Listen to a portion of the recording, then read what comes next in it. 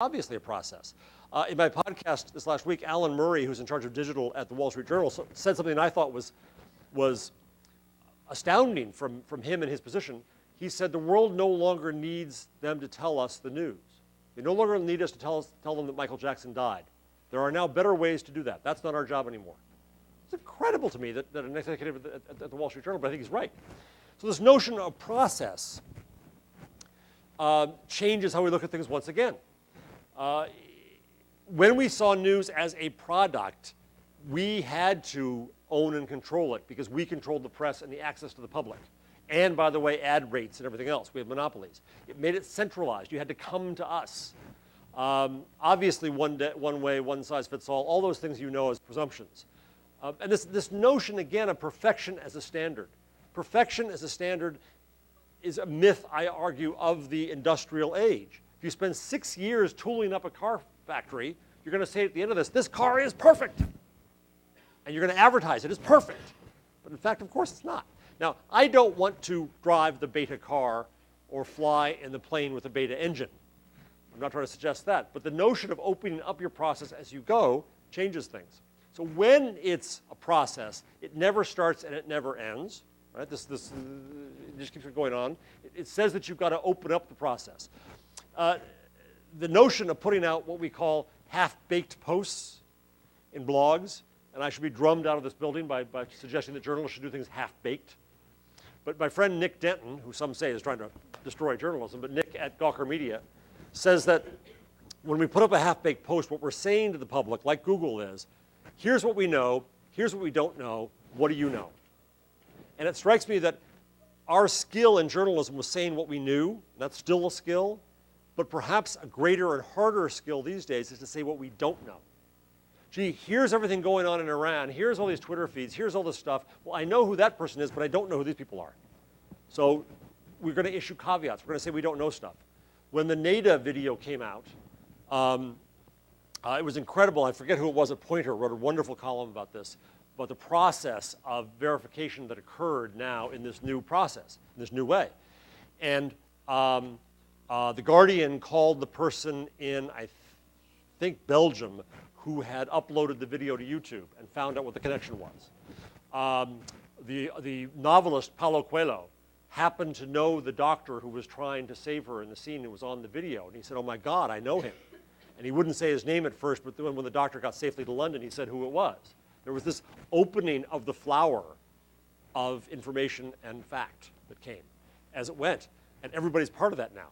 So when we think of news as a process, we have to respect the link because it makes it possible. We have to respect the ideas of collaboration and networks.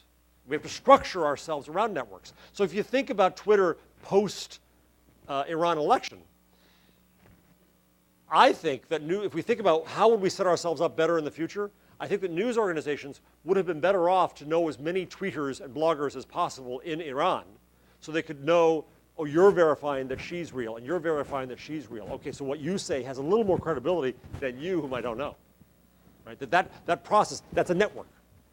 And the notion of having witnesses, and that's kind of what happened, but how could you set yourself up better? So this is another silly chart I do. But we concentrated on the story. That was our world, was the story. But of course, it's a process. Jay Rosen at NYU says that we look at the discussion in forums around our stories as if it is the aftermath of our work. Enough about you, talk about us, right?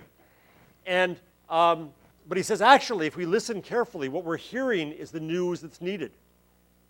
We're hearing people who are confused about things and don't know things and are wrong about things, and so we see the need to add journalism.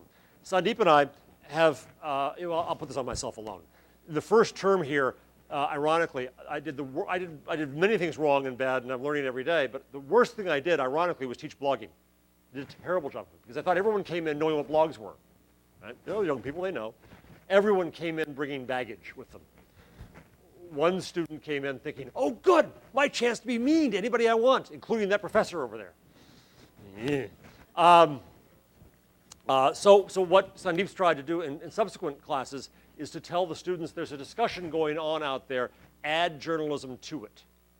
Right? Bring it facts, pick up the phone, verify, give context, do what we do in that conversation. And then, of course, when we do report, people will help us. They're incredibly generous doing that. That's one of the things I think we've all learned now in blogs. The resistance to blogs, I think, is pretty much over in newspapers. You look at the New York Times, and they do amazing things. The Times live blog on Iran was phenomenal. Between that and the Guardian's live blog and Andrew Sullivan's and the Huffington Post, it was the best way I knew of to keep going.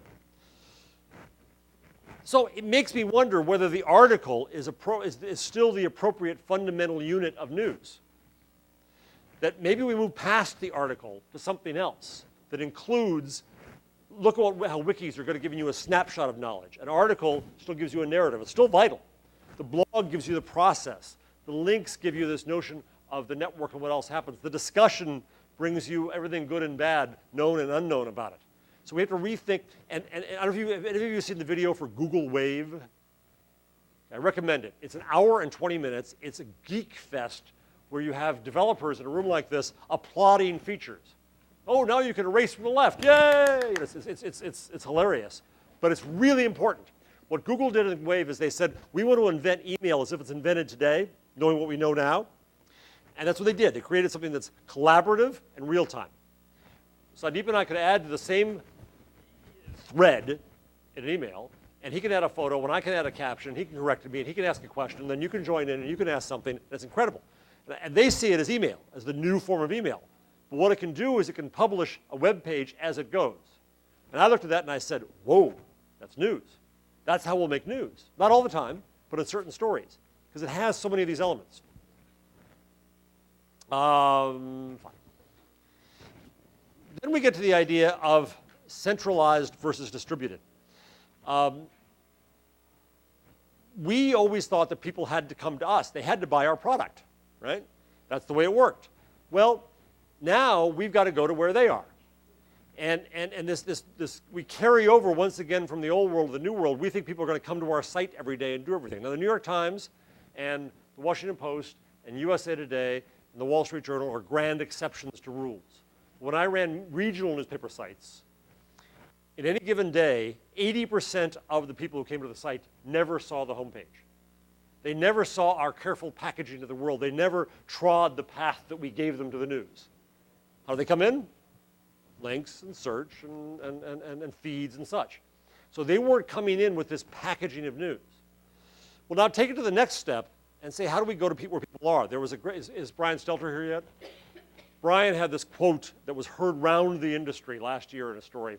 A young woman in college, many of you I'm sure saw it, said to a researcher, if the news is that important, it will find me.